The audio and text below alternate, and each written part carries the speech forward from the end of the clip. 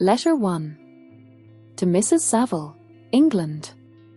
St. Peter's Bearer, December 11th, 17. You will rejoice to hear that no disaster has accompanied the commencement of an enterprise which you have regarded with such evil forebodings. I arrived here yesterday, and my first task is to assure my dear sister of my welfare and increasing confidence in the success of my undertaking. I am already far north of London, and as I walk in the streets of Petersburg, I feel a cold northern breeze play upon my cheeks, which braces my nerves and fills me with delight. Do you understand this feeling? This breeze, which has travelled from the regions towards which I am advancing, gives me a foretaste of those icy climes. Inspirited by this wind of promise, my daydreams become more fervent and vivid. I try in vain to be persuaded that the pole is the seat of frost and desolation. It ever presents itself to my imagination as the region of beauty and delight. There, Margaret, the sun is forever visible, its broad disk just skirting the horizon and diffusing a perpetual splendor. There, for with your leave, my sister, I will put some trust in preceding navigators. Their snow and frost are banished, and, sailing over a calm sea, we may be wafted to a land surpassing in wonders and in beauty every region hitherto discovered on the habitable globe. Its productions and features may be without example, as the phenomena of the heavenly bodies undoubtedly are in those undiscovered solitudes. What may not be expected in a country of eternal light? I may there discover the wondrous power which attracts the needle, and may regulate 1,000 celestial observations that require only this voyage to render their seeming eccentricities consistent forever. I shall satiate my ardent curiosity with the sight of a part of the world never before visited, and may tread a land never before imprinted by the foot of man. These are my enticements, and they are sufficient to conquer all fear of danger or death and to induce me to commence this laborious voyage with the joy a child feels when he embarks in a little boat, with his holiday mates, on an expedition of discovery up his native river. But supposing all these conjectures to be false, you cannot contest the inestimable benefit which I shall confer on all mankind, to the last generation, by discovering a passage near the pole to those countries, to reach which at present so many months are requisite, or by ascertaining the secret of the magnet, which, if at all possible, can only be effected by an undertaking such as mine. These reflections have dispelled the agitation with which I began my letter, and I feel my heart glow with an enthusiasm which elevates me to heaven, for nothing contributes so much to tranquilize the mind as a steady purpose, a point on which the soul may fix its intellectual eye. This expedition has been the favorite dream of my early years. I have read with ardor the accounts of the various voyages which have been made in the prospect of arriving at the North Pacific Ocean through the seas which surround the pole.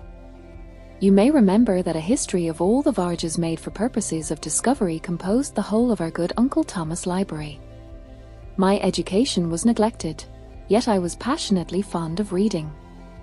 These volumes were my study day and night, and my familiarity with them increased that regret which I had felt, as a child, on learning that my father's dying injunction had forbidden my uncle to allow me to embark in a seafaring life. These visions faded when I perused, for the first time, those poets whose effusions entranced my soul and lifted it to heaven. I also became a poet, and for 1 year lived in a paradise of my own creation. I imagined that I also might obtain a niche in the temple where the names of Homer and Shakespeare are consecrated. You are well acquainted with my failure, and how heavily I bore the disappointment. But just at that time I inherited the fortune of my cousin, and my thoughts were turned into the channel of their earlier bent. 6 years have passed since I resolved on my present undertaking. I can, even now, remember the hour from which I dedicated myself to this great enterprise. I commenced by inuring my body to hardship. I accompanied the whale fishers on several expeditions to the North Sea. I voluntarily endured cold, famine, thirst, and want of sleep. I often worked harder than the common sailors during the day and devoted my nights to the study of mathematics, the theory of medicine, and those branches of physical science from which a naval adventurer might derive the greatest practical advantage. Twice I actually hired myself as an undermate in a Greenland whaler, and acquitted myself to admiration. I must own I felt a little proud when my captain offered me the second dignity in the vessel and entreated me to remain with the greatest earnestness, so valuable did he consider my services. And now, dear Margaret, do I not deserve to accomplish some great purpose? My life might have been passed in ease and luxury, but I preferred glory to every enticement that wealth placed in my path. Oh, that some encouraging voice would answer in the affirmative. My courage and my resolution is firm, but my hopes fluctuate, and my spirits are often depressed. I am about to proceed on a long and difficult voyage, the emergencies of which will demand all my fortitude. I am required not only to raise the spirits of others, but sometimes to sustain my own, when there's a failing. This is the most favorable period for traveling in Russia. They fly quickly over the snow in their sledges. The motion is pleasant, and, in my opinion, far more agreeable than that of an English stagecoach. The cold is not excessive, if you are wrapped in furs, a dress which I have already adopted, for there is a great difference between walking the deck and remaining seated motionless for hours, when no exercise prevents the blood from actually freezing in your veins. I have no ambition to lose my life on the post road between St. Petersburg and Archangel. I shall depart for the latter town in a fortnight or 3 weeks, and my intention is to hire a ship there, which can easily be done by paying the insurance for the owner, and to engage as many sailors as I think necessary among those who are accustomed to the whale fishing. I do not intend to sail until the month of June, and when shall I return? Dear sister, how can I answer this question?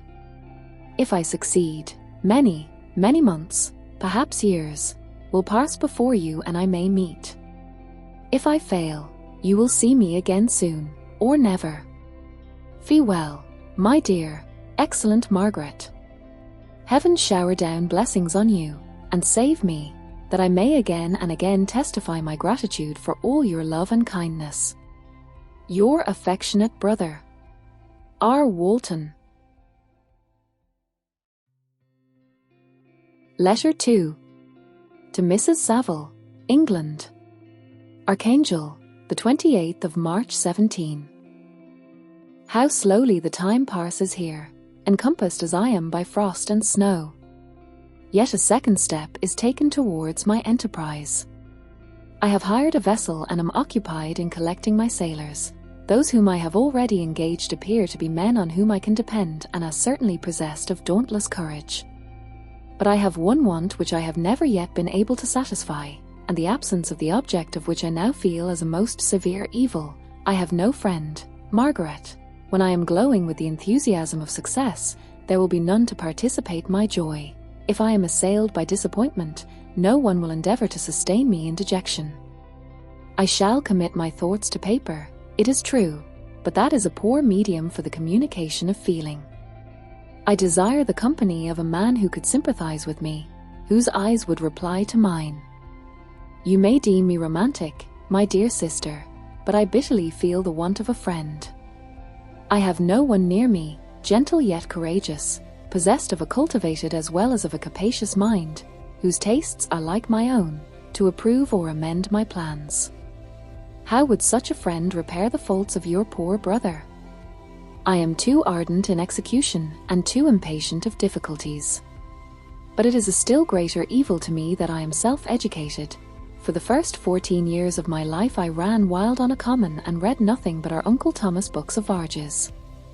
At that age I became acquainted with the celebrated poets of our own country, but it was only when it had ceased to be in my power to derive its most important benefits from such a conviction that I perceived the necessity of becoming acquainted with more languages than that of my native country.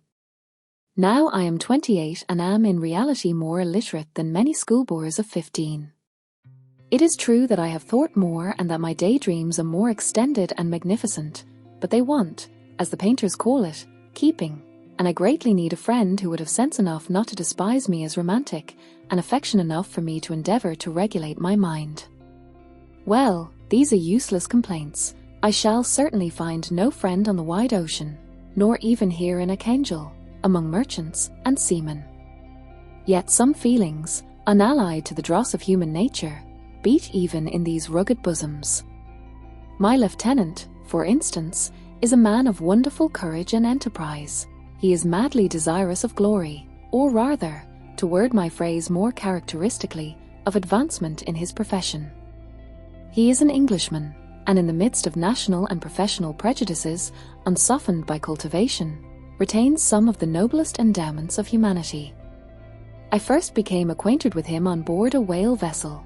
Finding that he was unemployed in the city, I easily engaged him to assist in my enterprise. The master is a person of an excellent disposition, and is remarkable in the ship for his gentleness and the mildness of his discipline. This circumstance, added to his well-known integrity and dauntless courage, made me very desirous to engage him. A youth passed in solitude, my best years spent under your gentle and feminine fosterage, has so refined the groundwork of my character that I cannot overcome an intense distaste to the usual brutality exercised on board ship. I have never believed it to be necessary, and when I heard of a mariner equally noted for his kindliness of heart and the respect and obedience paid to him by his crew, I felt myself peculiarly fortunate in being able to secure his services. I heard of him first in rather a romantic manner, from a lady who owes to him the happiness of her life. This, briefly, is his story. Some years ago he loved a young Russian lady of moderate fortune, and having amassed a considerable sum in prize money, the father of the girl consented to the match. He saw his mistress once before the destined ceremony, but she was bathed in tears, and throwing herself at his feet, entreated him to spare her, confessing at the same time that she loved another, but that he was poor, and that her father would never consent to the union. My generous friend reassured the suppliant, and on being informed of the name of her lover, instantly abandoned his pursuit. He had already bought a farm with his money, on which he had designed to pass the remainder of his life, but he bestowed the whole on his rival, together with the remains of his prize money to purchase stock, and then himself solicited the young woman's father to consent to her marriage with her lover. But the old man decidedly refused, thinking himself bound in honour to my friend, who, when he found the father inexorable, quitted his country, nor returned until he heard that his former mistress was married according to her inclinations. What a noble fellow, you will exclaim. He is so, but then he is wholly uneducated. He is as silent as a Turk, and a kind of ignorant carelessness attends him, which, while it renders his conduct the more astonishing, detracts from the interest and sympathy which otherwise he would command. Yet do not suppose, because I complain a little or because I can conceive a consolation for my toils which I may never know, that I am wavering in my resolutions. Those are as fixed as fate, and my voyage is only now delayed until the weather shall permit my embarkation. The winter has been dreadfully severe, but the spring promises well, and it is considered as a remarkably early season, so that perhaps I may sail sooner than I expected. I shall do nothing rashly. You know me sufficiently to confide in my prudence and considerateness whenever the safety of others is committed to my care. I cannot describe to you my sensations on the near prospect of my undertaking. It is impossible to communicate to you a conception of the trembling sensation, half pleasurable and half fearful, with which I am preparing to depart. I am going to unexplored regions, to the land of mist and snow, but I shall kill no albatross. Therefore do not be alarmed for my safety, or if I should come back to you as worn and woeful as the ancient mariner. You will smile at my illusion, but I will disclose a secret. I have often attributed my attachment to, my passionate enthusiasm for, the dangerous mysteries of ocean to that production of the most imaginative of modern poets. There is something at work in my soul which I do not understand. I am practically industrious, painstaking, a workman to execute with perseverance and labour, but besides this there is a love for the marvellous, a belief in the marvellous, intertwined in all my projects, which hurries me out of the common pathways of men, even to the wild sea and unvisited regions I am about to explore. But to return to dearer considerations. Shall I meet you again, after having traversed immense seas, and returned by the most southern cape of Africa or America? I dare not expect such success, yet I cannot bear to look on the reverse of the picture. Continue for the present to write to me by every opportunity. I may receive your letters on some occasions when I need them most to support my spirits. I love you very tenderly. Remember me with affection, should you never hear from me again. Your affectionate brother, Robert Walton.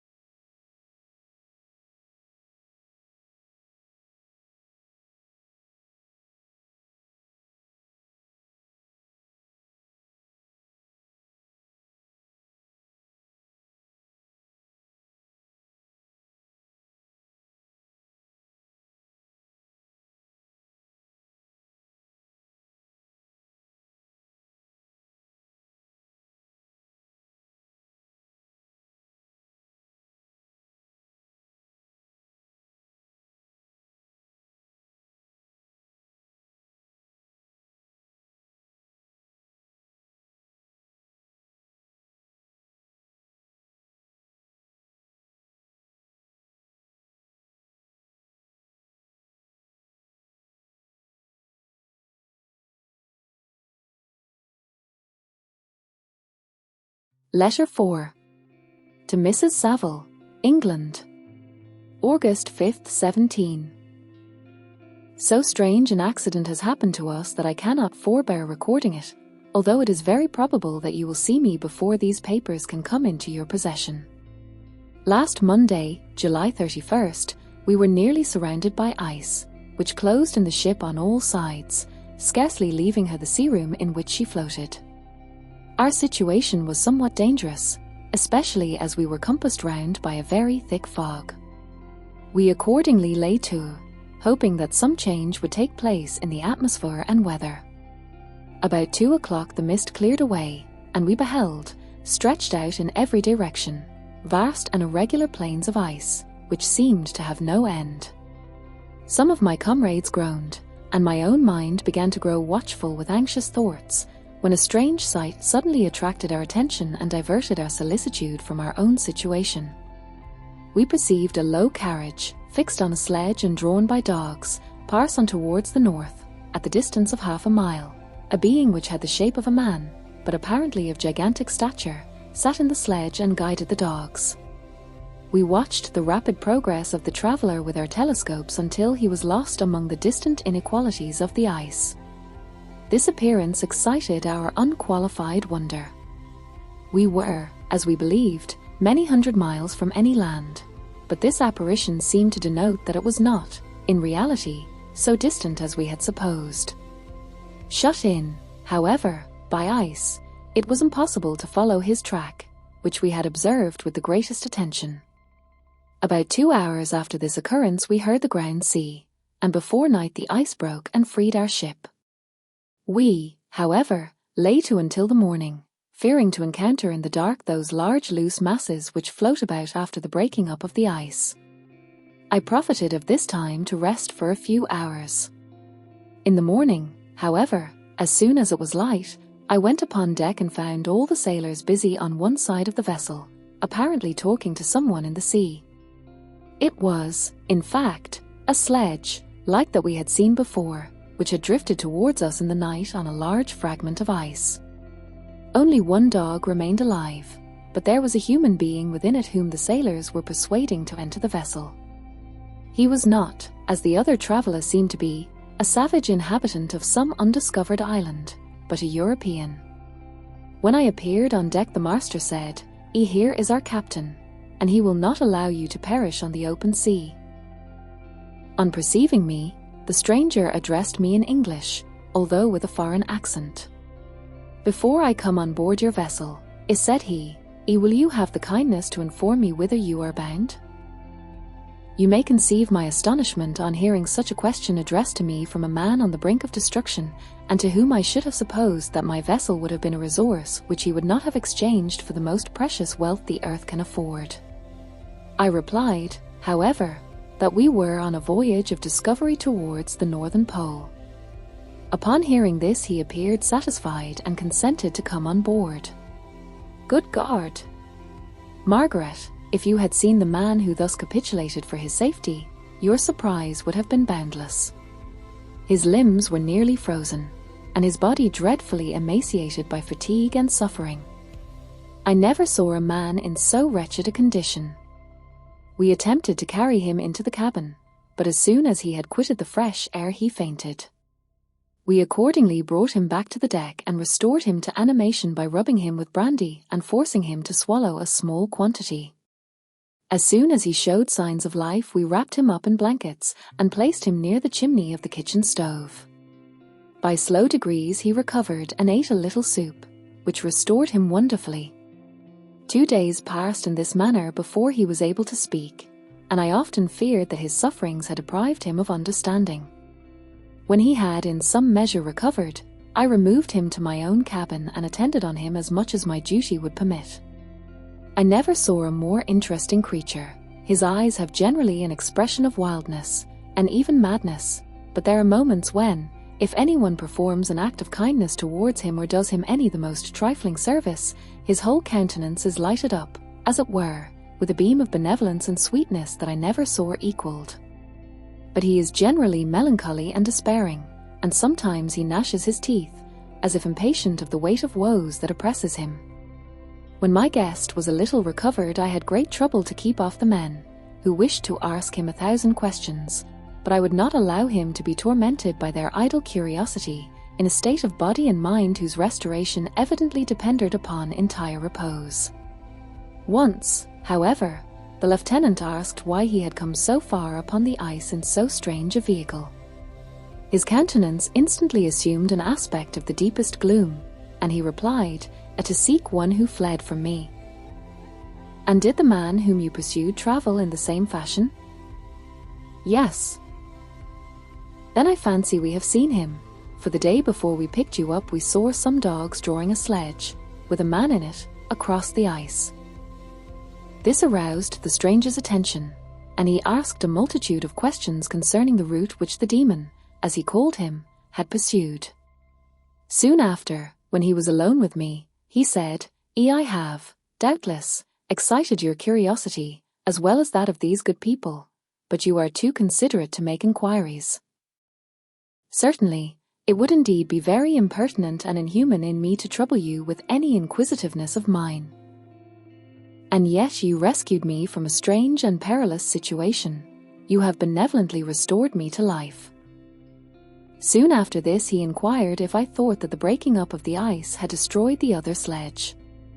I replied that I could not answer with any degree of certainty, for the ice had not broken until near midnight, and the traveller might have arrived at a place of safety before that time, but of this I could not judge.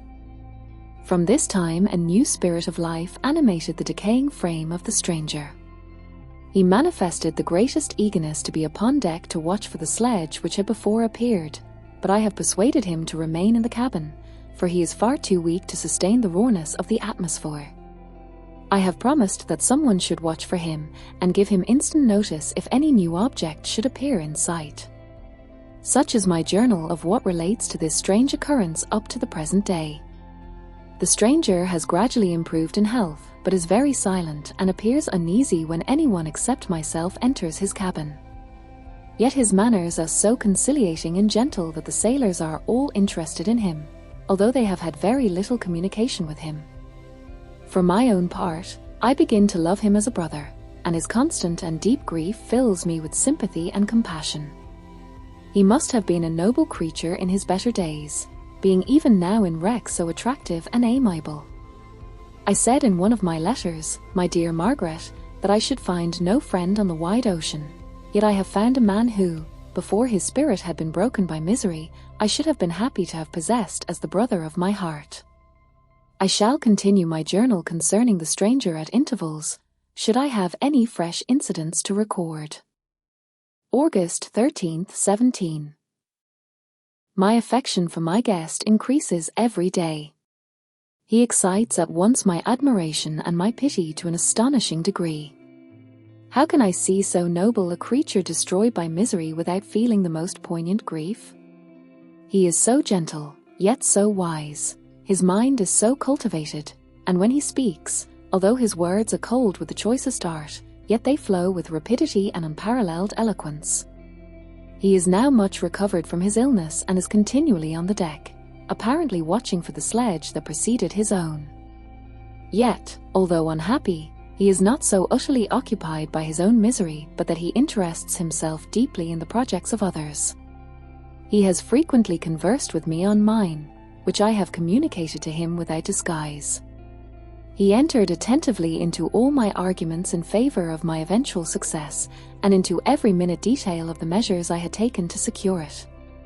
I was easily led by the sympathy which he evinced to use the language of my heart, to give utterance to the burning ardor of my soul, and to say, with all the fervor that warmed me, how gladly I would sacrifice my fortune, my existence, my every hope, to the furtherance of my enterprise. One man's life or death were but a small price to pay for the acquirement of the knowledge which I sought, for the dominion I should acquire and transmit over the elemental foes of our race. As I spoke, a dark gloom spread over my listener's countenance. At first I perceived that he tried to suppress his emotion. He placed his hands before his eyes, and my voice quivered and failed me as I beheld tears trickle fast from between his fingers, a groan burst from his heaving breast. I paused. At length he spoke, in broken accents. "Ye unhappy man, do you share my madness? Have you drunk also of the intoxicating draught? Hear me, let me reveal my tale, and you will dash the cup from your lips." Such words, you may imagine, strongly excited my curiosity, but the paroxysm of grief that had seized the stranger overcame his weakened powers, and many hours of repose and tranquil conversation were necessary to restore his composure. Having conquered the violence of his feelings, he appeared to despise himself for being the slave of passion, and quelling the dark tyranny of despair, he led me again to converse concerning myself personally. He asked me the history of my earlier years. The tale was quickly told, but it awakened various trains of reflection. I spoke of my desire of finding a friend, of my thirst for a more intimate sympathy with a fellow mind than had ever fallen to my lot, and expressed my conviction that a man could boast of little happiness who did not enjoy this blessing. "I agree with you," replied the stranger. "We are unfashioned creatures, but half made up, if one wiser, better, dearer than ourselves. Such a friend ought to be.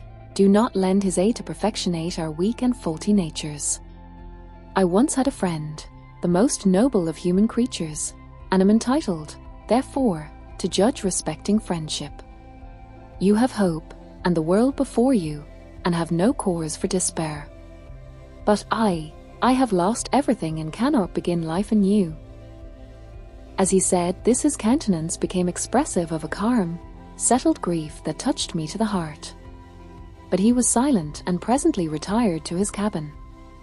Even broken in spirit as he is, no one can feel more deeply than he does the beauties of nature. The starry sky, the sea, and every sight afforded by these wonderful regions seems still to have the power of elevating his soul from earth. Such a man has a double existence. He may suffer misery and be overwhelmed by disappointments, yet when he has retired into himself, he will be like a celestial spirit that has a halo around him, within whose circle no grief or folly ventures. Will you smile at the enthusiasm I express concerning this divine wanderer? You would not if you saw him. You have been tutored and refined by books and retirement from the world, and you are therefore somewhat fastidious, but this only renders you the more fit to appreciate the extraordinary merits of this wonderful man. Sometimes I have endeavored to discover what quality it is which he possesses that elevates him so immeasurably above any other person I ever knew. I believe it to be an intuitive discernment, a quick but never-failing power of judgment, a penetration into the causes of things, unequalled for clearness and precision, add to this a facility of expression and a voice whose varied intonations are soul-subduing music. August 19, 17.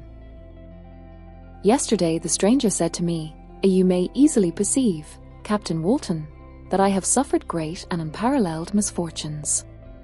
I had determined at one time that the memory of these evils should die with me, but you have won me to alter my determination.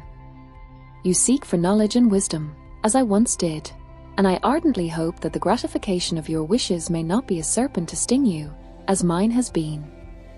I do not know that the relation of my disasters will be useful to you, yet, when I reflect that you are pursuing the same course, exposing yourself to the same dangers which have rendered me what I am, I imagine that you may deduce an apt moral from my tale, one that may direct you if you succeed in your undertaking and counsel you in case of failure. Prepare to hear of occurrences which are usually deemed marvelous. Were we among the tamer scenes of nature, I might fear to encounter your unbelief, perhaps your ridicule, but many things will appear possible in these wild and mysterious regions which will provoke the laughter of those unacquainted with the ever-varied powers of nature. Nor can I doubt but that my tale conveys in its series internal evidence of the truth of the events of which it is composed. You may easily imagine that I was much gratified by the offered communication, yet I could not endure that he should renew his grief by a recital of his misfortunes. I felt the greatest eagerness to hear the promised narrative, partly from curiosity and partly from a strong desire to ameliorate his fate if it were in my power. I expressed these feelings in my answer. "I thank you," he replied, "for your sympathy, but it is useless. My fate is nearly fulfilled. I wait but for one event, and then I shall repose in peace." "I understand your feeling," continued he, perceiving that I wished to interrupt him, "but you are mistaken, my friend. If thus you will allow me to name you, nothing can alter my destiny. Listen to my history, and you will perceive how irrevocably it is determined." He then told me that he would commence his narrative the next day when I should be at leisure. This promise drew from me the warmest thanks. I have resolved every night, when I am not imperatively occupied by my duties, to record, as nearly as possible in his own words, what he has related during the day. If I should be engaged, I will at least make notes. This manuscript will doubtless afford you the greatest pleasure, but to me, who know him, and who hear it from his own lips, with what interest and sympathy shall I read it in some future day? Even now, as I commence my task, his full-toned voice swells in my ears. His lustrous eyes dwell on me with all their melancholy sweetness. I see his thin hand raised in animation, while the lineaments of his face are irradiated by the soul within. Strange and harrowing must be his story, frightful the storm which embraced the gallant vessel on its course and wrecked it. Thus,